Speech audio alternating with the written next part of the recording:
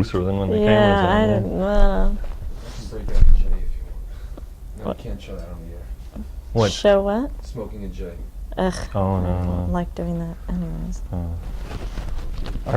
Our film doesn't come out when we smoke. Yeah, the one time I We get smoked. black instead of anything else. We are rolling. Okay. Yes. Tell us about some of your earlier films. Disaster, Trapdoor.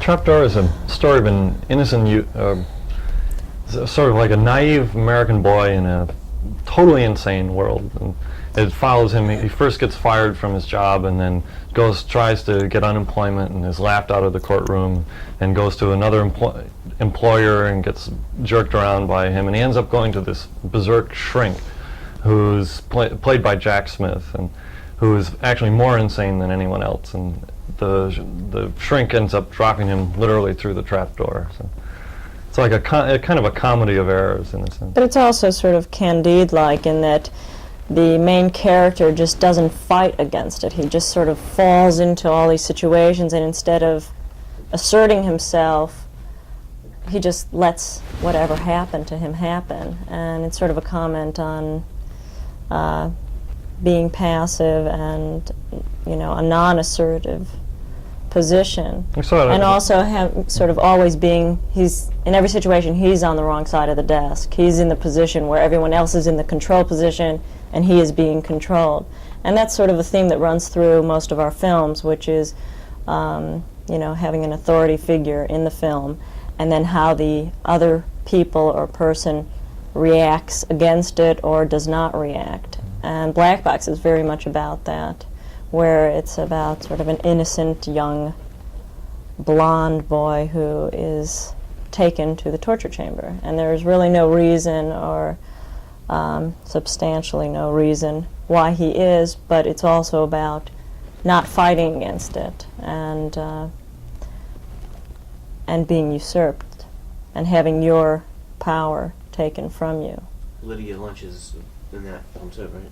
As the torturess. The torturess in the black box. She takes him to the black box. The trapdoor is like it's sort of like a, we originally conceived it like as a sort of a parable of the Nietzschean idea of, there are two sets of morality, and Jeremy Jones, the hero of the story, is a portrayal in a sense of this kind of what Nietzsche considers the lower class morality, where you're supposed to be good and you're going to be good to all of your fellow human beings and take care, you know, make sure that you don't do anything wrong, and totally moral in this kind of Christian ideal.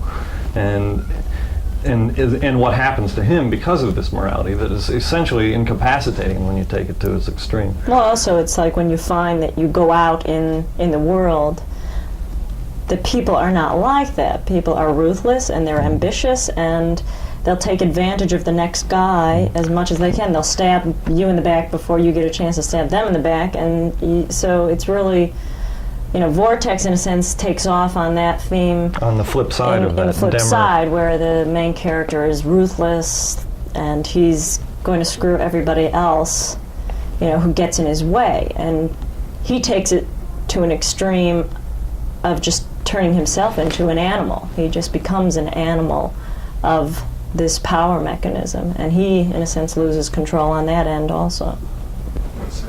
Yeah. The description of it, that's what he is. Animal. It's flipped again. Here, put it on this other side.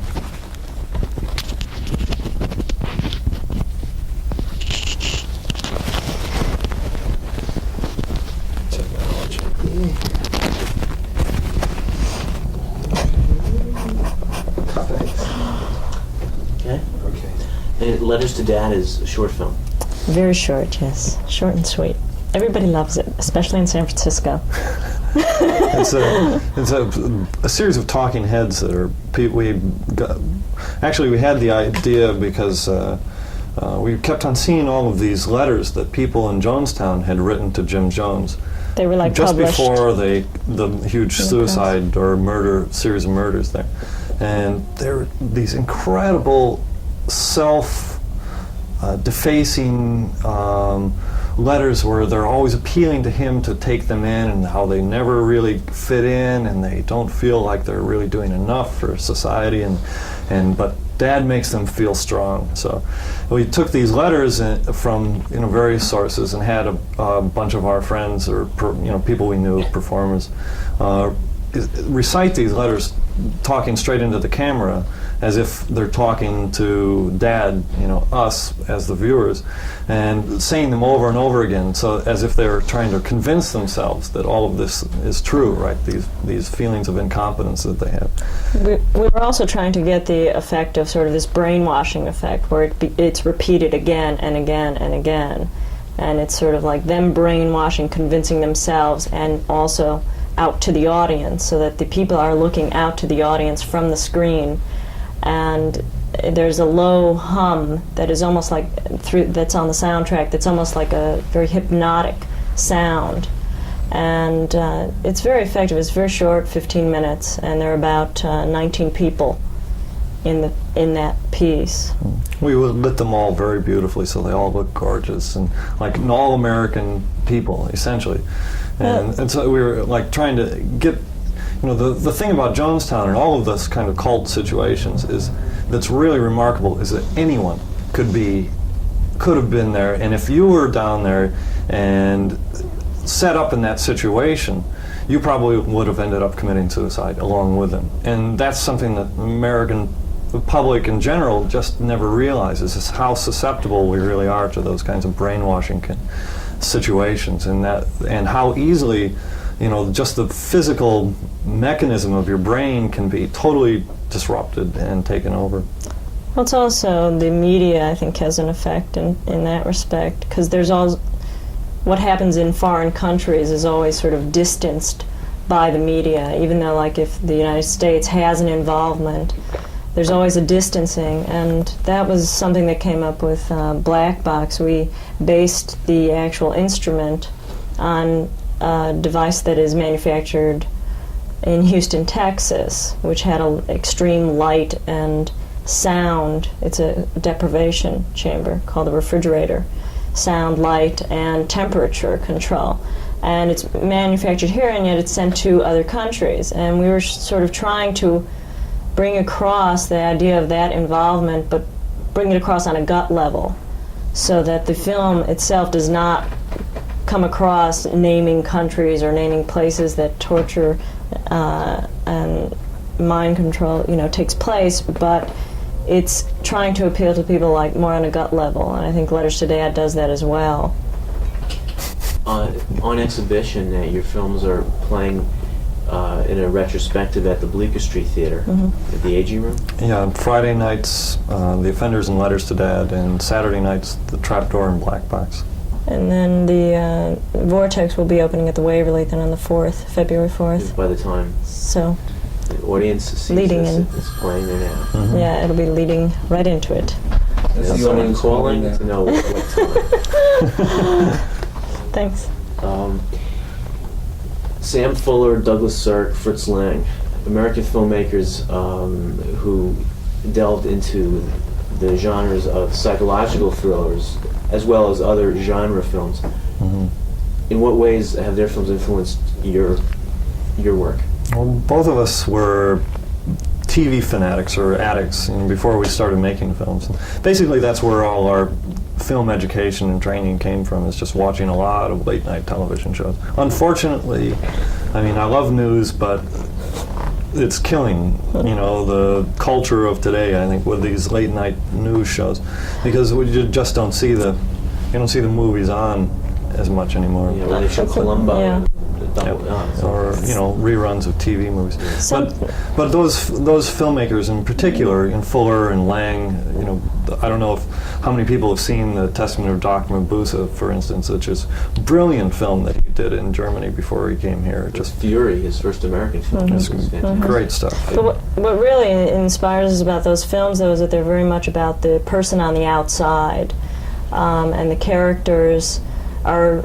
A lot of it has to do with struggle, and person who is not necessarily in a good position in life, but is struggling to get into a better position, and very much like the gangster films that were made, and Lang's films that were made about gamblers and about hustlers, and it's about.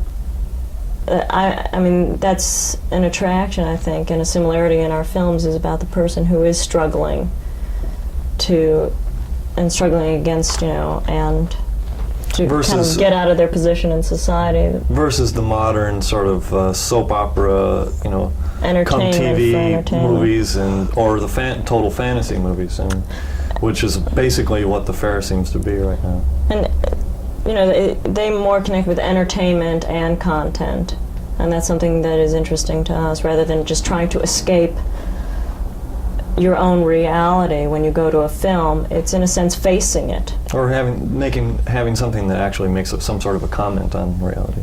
Mm-hmm.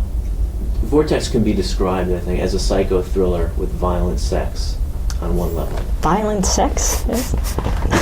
What I'm curious about is how did you get financing from the National Endowment for the Arts and from some of the other grant-giving institutions with I'm sure you didn't describe the film to them as such, but it seems like an unlikely movie for you to get that kind of grants for. Well, they basically are more interested in your past work. They're basing it on your kind of track record and what kinds of films you've done, what your concerns are, more than the particular story that you're involved with.